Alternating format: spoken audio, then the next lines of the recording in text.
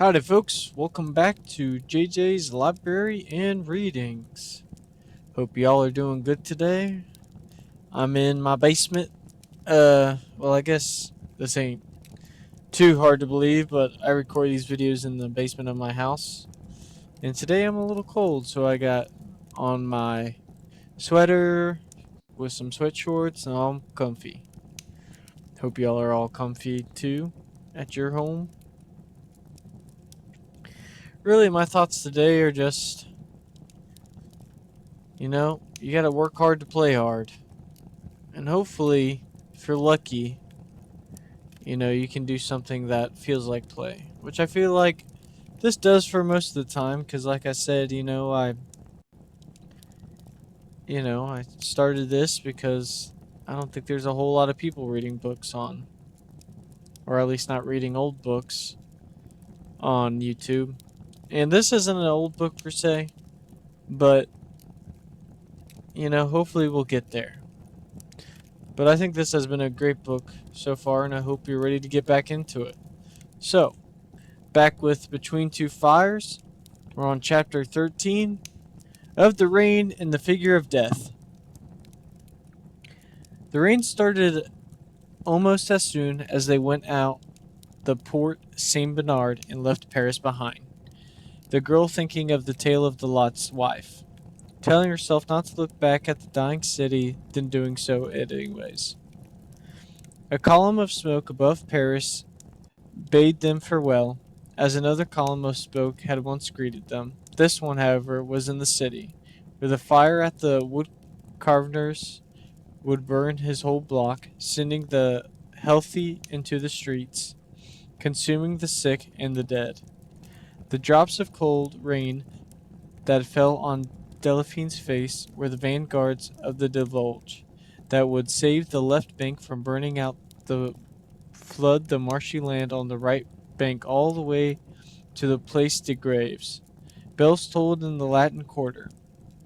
There were enough hands at least to pull a rope or two. Delphine tried to picture the people ringing those bells. A lone Dominican monk or a paid ringer for the convent. Another priest like Père Matthew, too scared to minister to his flock, but trying to save what was left of his soul by warning them about fire. Or were the dead ringing their own bells? If statues could walk, why not them? She felt more tears coming for Antony, and also for herself. When would she feel a woman's love again? And Antony died because Delphine had wanted to stay with her. The words of the wicked statues rang in her head again. She looked at the men in the front of the cart. Please don't let them die because of me, God. And now the rain fell and fell and fell. On the third day of it, and their second day without food, the priest saw a stone barn and a cottage and hoped they would be deserted. What had things come to when a man of God wished misfortune on a family because he coveted their roof? The door to the cottage was open, but they made for the barn, as they would have had more room for the mule, and none of them were in the mood to find bodies. The barn was not deserted. The priest walked in and found a naked man on all fours stuffing hay into his mouth. An abundance of hay and grasses were knotted into the white beard and hair. His robes were showing, and he was grimmed over and wet, whether from rain or from the sweat of some fever was unclear. His eyes were wild, though, and he was not frail. He picked up a rusty scythe with a broken shaft from a pile of farming tools and started towards the priest. Good God, he means to eat me. Then Thomas and Delphine walked in. Thomas with his sword unsheathed, and the man bolted out the other door, falling from the edge of the scythe, clipped the door frame and slipped from his hand, but scraping to his feet again almost instantly. He ran straight across the pudded field and kept running, his bare feet kicking up water all the way, disappearing not in the direction of the house, but towards the tree line in the past field. Thomas broke the silence that followed by saying, "So, that's what the Reaper looks like without his robes." The priest laughed after a pause, but the girl just blinked, rain out of her eyes, and looked at them for an explanation. "Death, girl? Death?" said the priest. Now she laughed too, and the sound of it was good in the barn. They built a fire and took off as many of their clothes as decency allowed, hanging these on sticks to dry. When they changed out of their underlinens and hung them now, putting the cozy dry ones back on, glad for once not to be cold and soaked. The weather had changed, and where the days had been warm and the nights cool, now the days were cool and the nights cold. They agreed to stay in the barn until morning, then scout the fields for fruit or nut trees, or whatever they could find. In the meantime, they set out their cups and bowls, as well as Thomas's helmet and thigh armor, to catch enough water to keep their bellies full, with somewhat ease the pain of their hunger. I wish we had music, the priest said, poking at the glowing logs with the broken end of the scythe he was nearly killed with. I don't. You might be tempted to sing, Thomas said. Inspecting his leg where the thing had hit him with her scepter, he suspected the bone of the shin was chipped. A truly ugly bruise had formed, and the flesh around his ankle was swollen and bruised as well. The damn thing had gotten him right where the horse had broken his leg at Cressay. Perhaps the girl will sing, the priest said. I don't feel like it, she said in a nasal little mew. She was getting sick. She had no fever, but she sniffed and complained of an ache near her hips. She had been in enough cold and wet that neither man suspected her of a plague. But what kind of music would you like to hear if you could choose? She asked Pierre Matthew. Oh, a lute? Most certainly a lute. And you, Sir Knight? A lute? That's court music. That's for troubadours to make wives spread their legs when their husbands are at war. I find it very pretty. If the player is skillful, it takes more training to master the lute, don't you agree? Than what? A drum, for example? Or a cornemuse? That's what I like to hear. A drum and a cornemuse. Soldiers' music. That's for making hundreds leave their wives behind for troubadours. Ha! As night came on, they fell to telling stories to pass the time. The priest began telling the story of a knight who was actually a werewolf, but a very considerate one who removed himself into the forest to change his skin. His wife, however, betrayed him by hiding his clothes so that he could not change back. In this way, her husband was thought to have disappeared, and she was able to marry her lover. Go on, Thomas said. Finished it. It is finished. The hell it is. Is it not? No, it is not. You only told half of it. That's all I know. What the hell kind of story is that? The adulterous wife wins out? The noble's werewolf is deceived and banished? Deceived and banished? Forgive me if I gave offense. Perhaps you should tell me a tale how to instruct me in how these things are properly done. Imagine it's a ceremony. A good story has a lesson. What's the lesson there? Where's triumph? I don't know, the priest said, fidgeting. Maybe something about the deceiving nature of women. Thomas stared intently at the priest in the firelight, and it was difficult for him to tell whether Thomas was being jocular or actually growing angry. That explains it then, he said. They tell priests stories about how bad women are so they won't fuck 'em. It's hardly working. I'm the only priest I know without an acknowledged mistress in the village. Now Thomas laughed and the priest relaxed. I know how the story ends, says the girl. Oh? Father used to tell it. Well, let's hear it, said Thomas.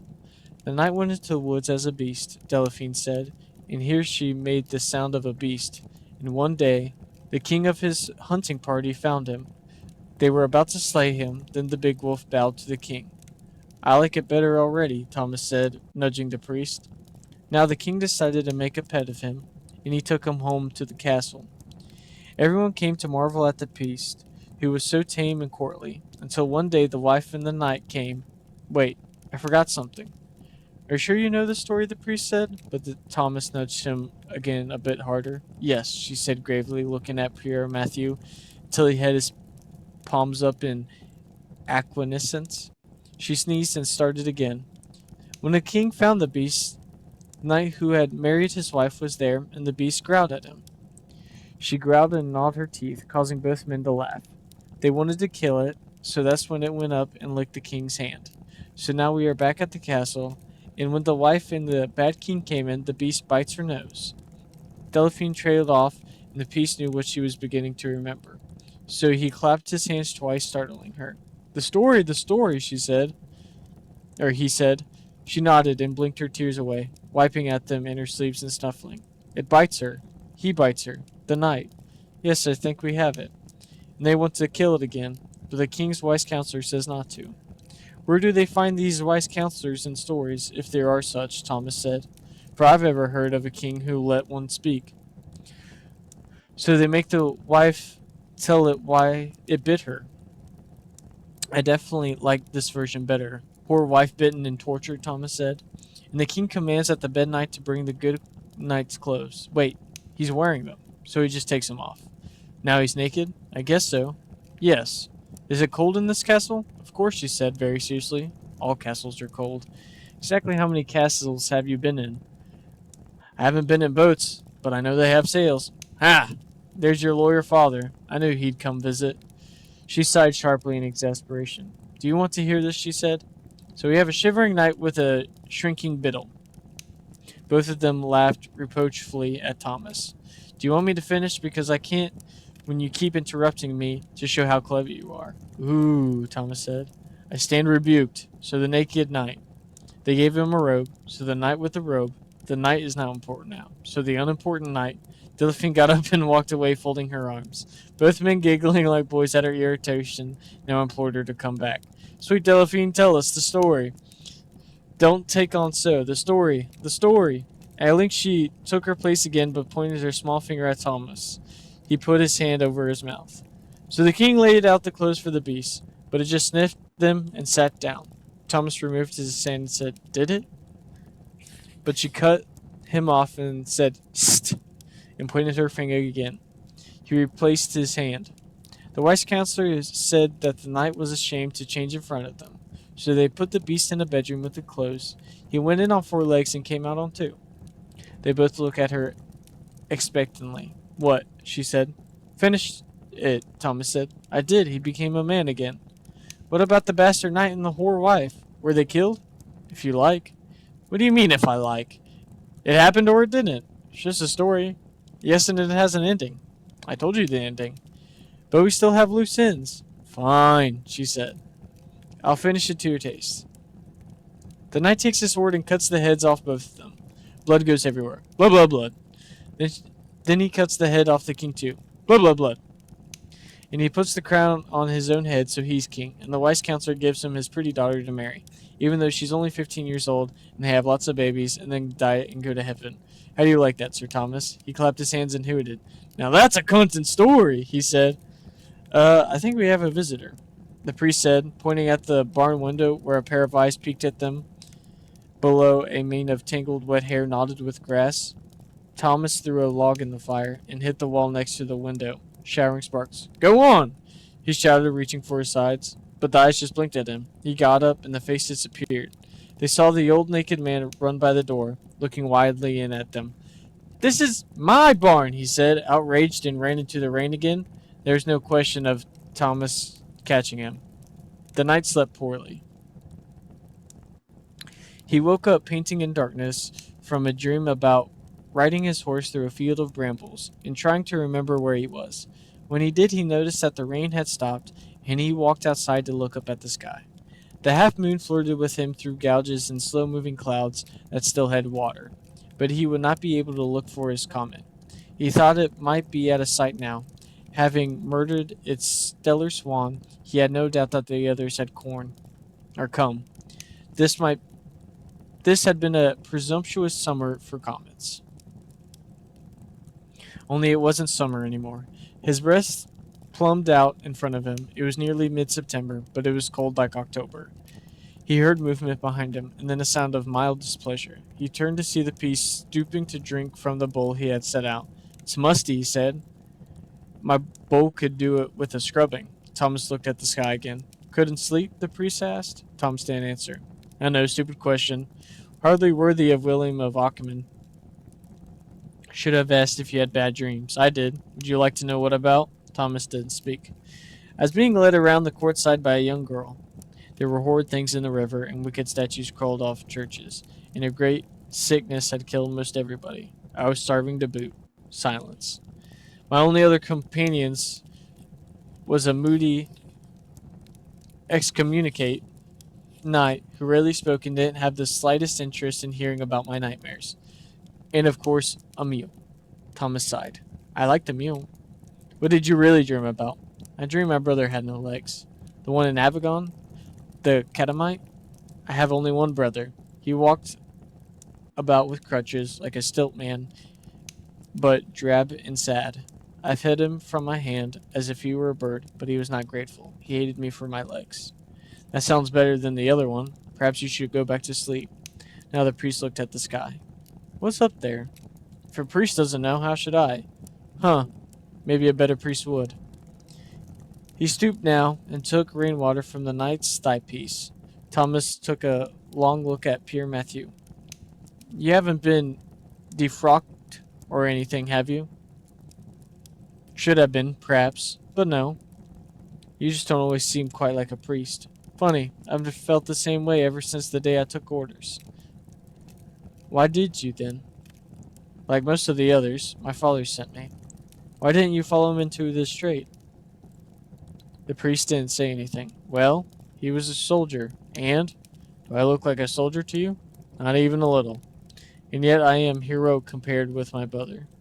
Thomas grunted, imagining how he might look upon his son if he proved too weak for arms. He imagined himself beating it out of him and making a man of him. It occurred to him that the priest's father had probably tried.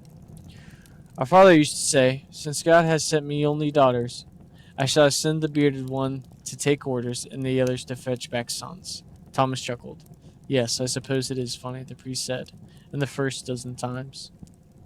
Thomas drank out of his helm. Thunder rumbled in the distance. We're in for more of it, Thomas said. The priest nodded. May I tell you? What? Thomas said. What I did? I'd rather you didn't. I know. Then why ask? The priest folded his arms around himself against the cold. I don't have anyone else to confess to. What a good little short chapter. I wonder what the priest did. Or maybe he didn't do it, but maybe something he's seen. I'm not quite sure. But that's for next chapter. I hope you all enjoyed this episode. Like always, good morning, good evening, good night. I'll see y'all tomorrow.